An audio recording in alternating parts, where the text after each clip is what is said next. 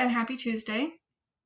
Um, for today, we have got some more notes on multi-step equations. However, this time we're going to look at what happens when you have a variable on both sides and just some more examples. So today's notes is really just looking at some examples of this to then give you some more practice. Just want to quickly state that in the beginning of our units, whenever we're learning something new, there will be more notes, so it will be note heavy in the beginning. Just because I want you guys to have a resource to always go back to, and you've got your hands on it and you can actually physically look at it, and it's not something that you saw one time on the computer and you don't know how to find it anymore. So in the beginning of units, we do tend to take more notes, and then once the notes have been taken and the content has been taught, then you're going to have more of the activities and the online assignments and things like that. So just to prepare you in the future, especially when we start a new unit, there will most likely be more notes, or it will be note heavy. So I'm going to take today's notes with you. Feel free to write them down with me. I will upload a copy of the notes. There's nothing to glue in today, so there's no blanks. I'll just upload a copy of the notes. If you want to print those out and glue them directly into your notebook, you can, but make sure that you're watching the video of me taking the notes so that it makes sense to you. And then you'll have a couple problems to do for today's assignment as well. So I'm going to go ahead and move the camera down so that we can take notes together.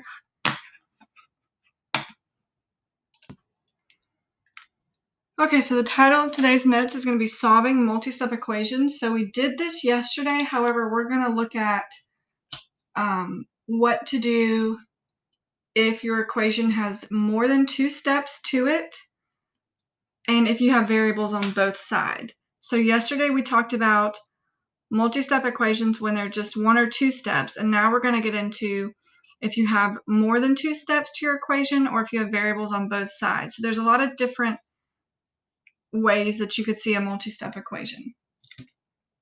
So this page is really just going to be some example pages, but I want you to list up at the top some important steps that you need to take. I noticed this when I was looking at some of y'all's work from yesterday. You guys don't seem to know what needs to be moved first, so we're going to make notes on this. First, you need to find x. So anytime you're doing some sort of multi-step equation problem, the goal of the problem is to find x. That's the goal. X is a missing number. In order to do that, you have to get everything away from it. So you're kind of like unwrapping a present. Whenever there's a lot of stuff all around x, you've got to get rid of those. And to undo something, you have to do its inverse. So if we were to go back to this page, don't forget these inverses. If you've got something that's being added to your missing number, to get it away, you've got to subtract. So you can go back to your inverse page if you need a refresher on how to move these things away. So you have to undo them. The second step I want to write here is that if you have an x on both sides, you need to move the smaller x value. And I'll show you an example of that in just a second. So if you have an equation that says 2x plus 3 equals 8x minus 4, and you notice there's an x on both sides of the equal sign, you've got to move the smaller x value. Third, once x is on one side,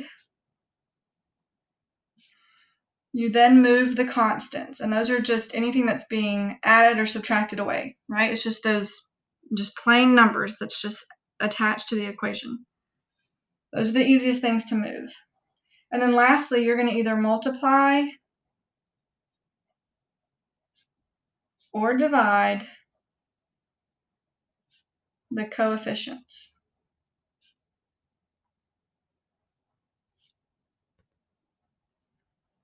So that you can get x alone. Remember, if you've got something that's being multiplied to that x value, you'll divide it away.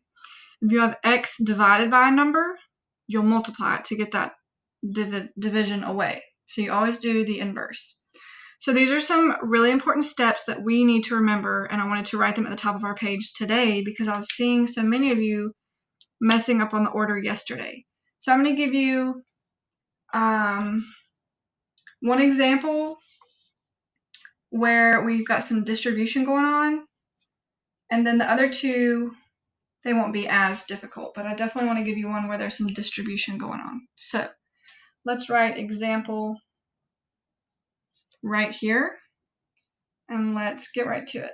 So the example I want you to write down is 1/3 parentheses 3x minus 12 close parentheses plus 5 equals 2 parentheses x minus 8 close parentheses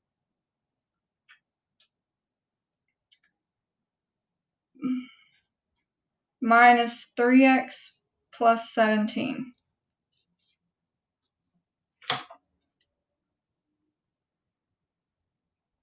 Okay, so for this, if you look back at your steps, you need to find x. Well, there's a lot of x's, right? So they're on, when I say sides, I'm talking about on either side of the equal sign.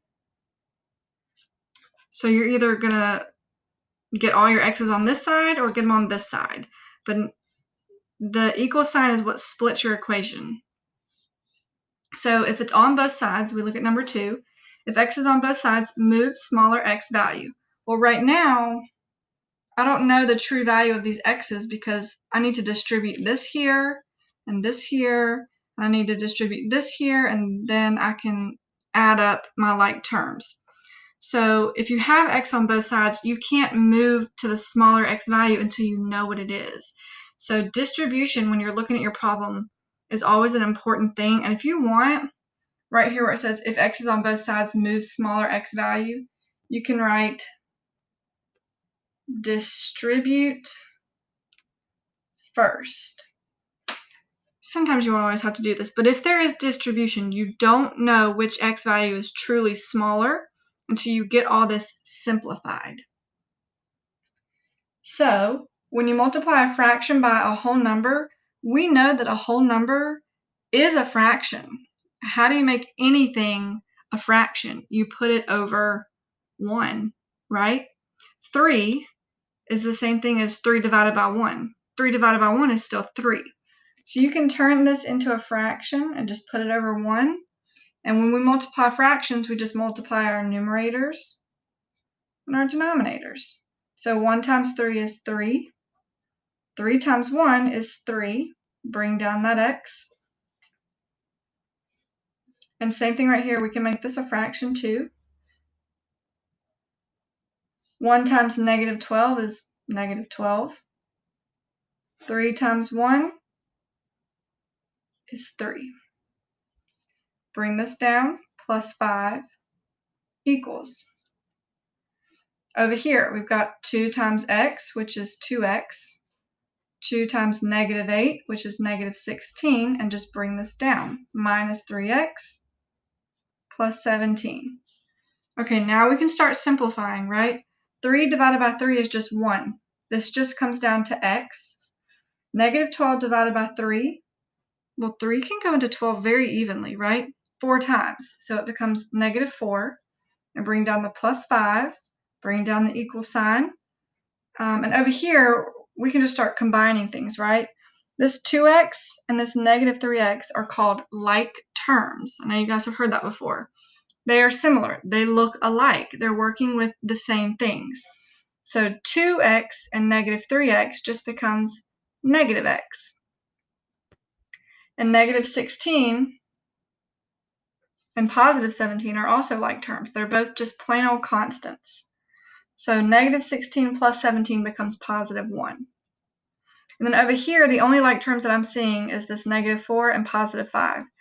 So we end up having x plus 1 equals negative x plus 1. So you want to move the smaller term, which would be this. This is a negative, right? So we're going to add x to both sides. right? So now that we've distributed, we can figure out which one is a smaller value. -1, there's an imaginary 1 right here, is smaller than 1, right? So we're going to move this. So the opposite of -1 is +1. So I just moved this over here, same there. So those are now gone, and we have 1 is set equal to 2x plus 1, because those can combine, they're like terms. And I've got a few more things left to do here. So I've got to move this 1 over here, because it says once x is on one side, which it now is, we moved them over here, I need to move my constants. This plus 1 is a constant. You can look back on this page here and see what your constants are. So we're going to move this over, and now we have 2x equals 0. And you've got the last step, multiply or divide coefficients. And a coefficient is anything in front of that variable. So if this is being multiplied to x, to undo it, I've got to divide. So x equals 0. If at any point that was too quick for you, please feel free to rewind this video, rewatch the video, pause the video if you need to. But this is one of the harder problems with distributing and moving your x's around and solving for your x's. So the first thing you have to do is make sure it's in its simplest form with all like terms combined, which all of this simplified to actually being x plus 1 equals negative x plus 1.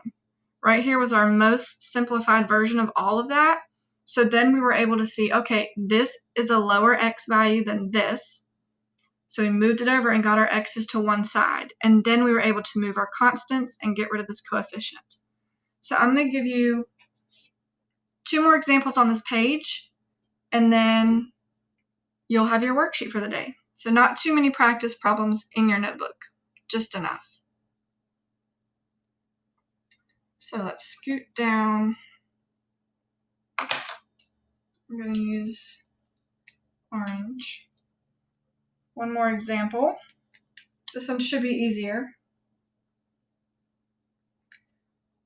2w minus 10 equals 8w minus 9. Can you see that? 2w minus 10 equals 8w minus 9. Okay, so when we look at this, it says find x. Well, sometimes you're not going to be given x, but any variable is holding the place of a missing number. So these w's would stand for our x's. So once we found x, we need to get x by itself, but right now it's on both sides. So we need to move the smaller x value. Well, first, when we look at this, is there anything to distribute or anything that we can combine on either side? 2w is not like terms with negative 10. This is just a constant, and this is a missing variable that's being multiplied. So these are not like terms, and these are not like terms. So this is its most simplified form. I can't combine anything. I can't distribute anything. There's nothing to do. So at this point, I can just start moving my variables. We want to move the smaller variable. 2w is smaller than 8w. So I'm going to subtract it away. What you do to one side of your equation, you always do to the other. So this is now gone. We have negative 10 set equal to 8 minus 2 is 6w minus 9. Again, when I move this 2w over, I can subtract it from 8w because these are like terms. I would not subtract this from a negative 9. You have to, when you're moving things, make sure that you're subtracting or adding them from their like term. They should look alike.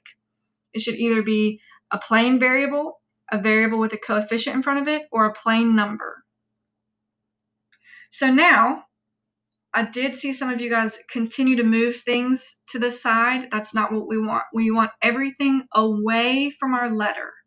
So now if you look, it says once x is on one side, and I'm reading number 3 up top at our page, move constants.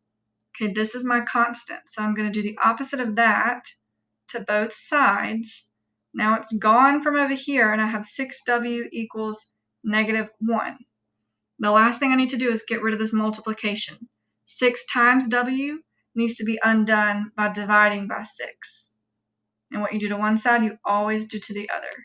So W equals negative 1 over 6.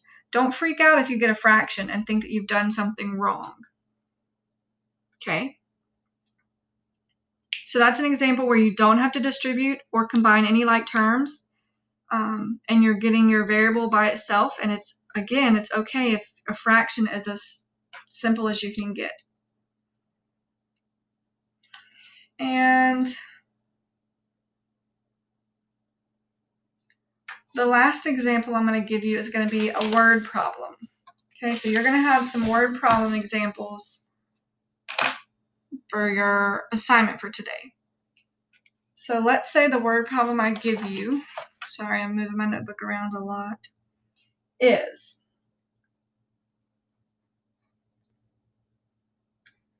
3, and we are writing these out as words, hence the name word problem.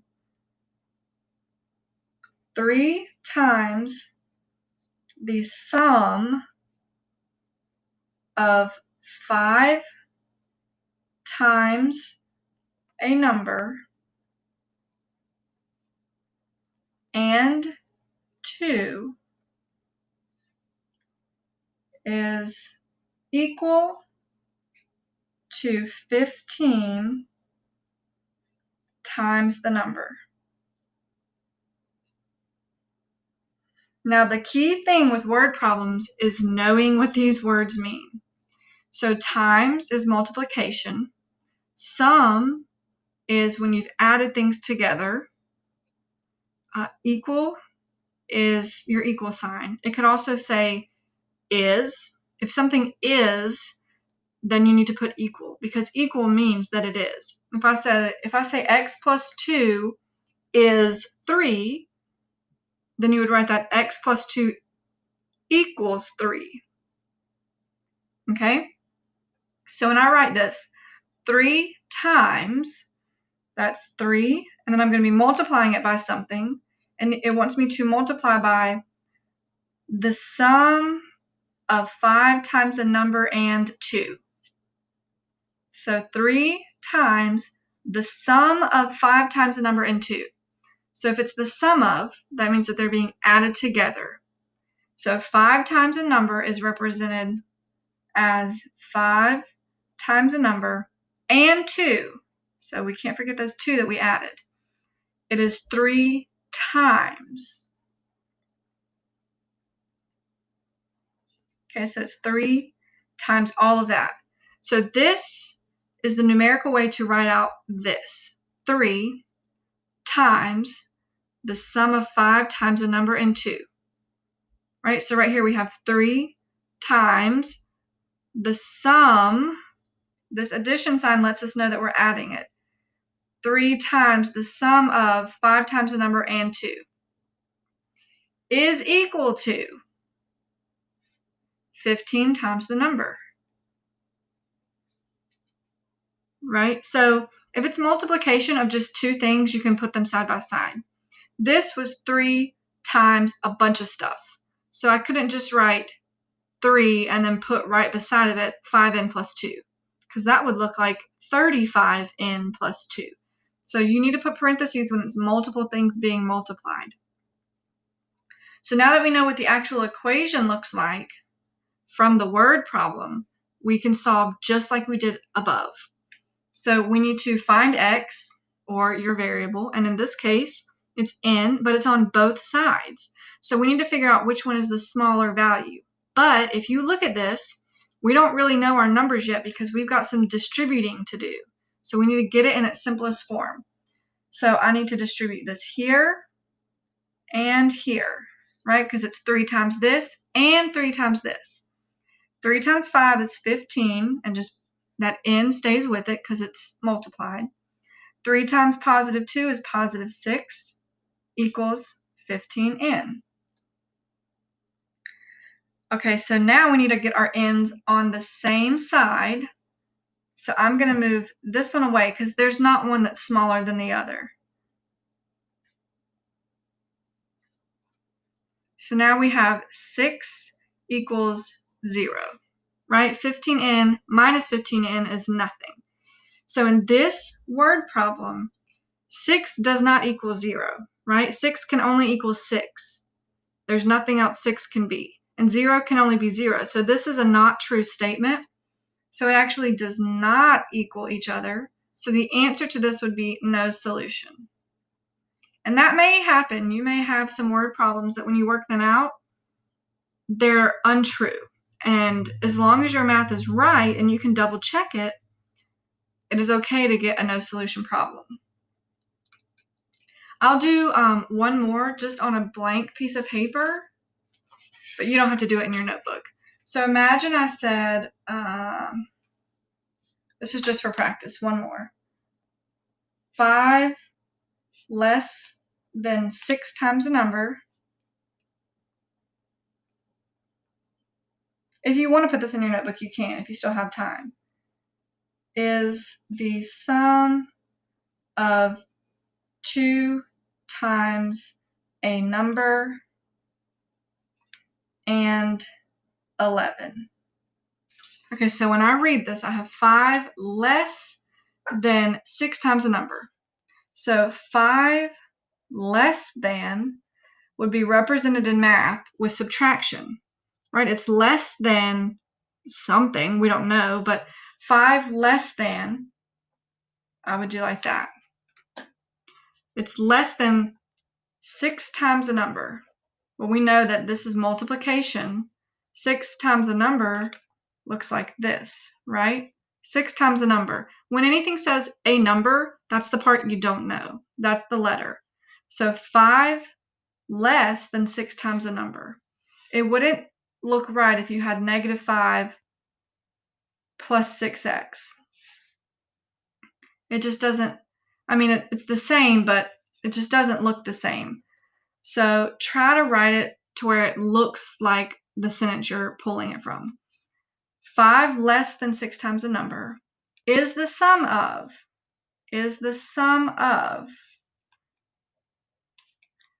2 times a number and 11.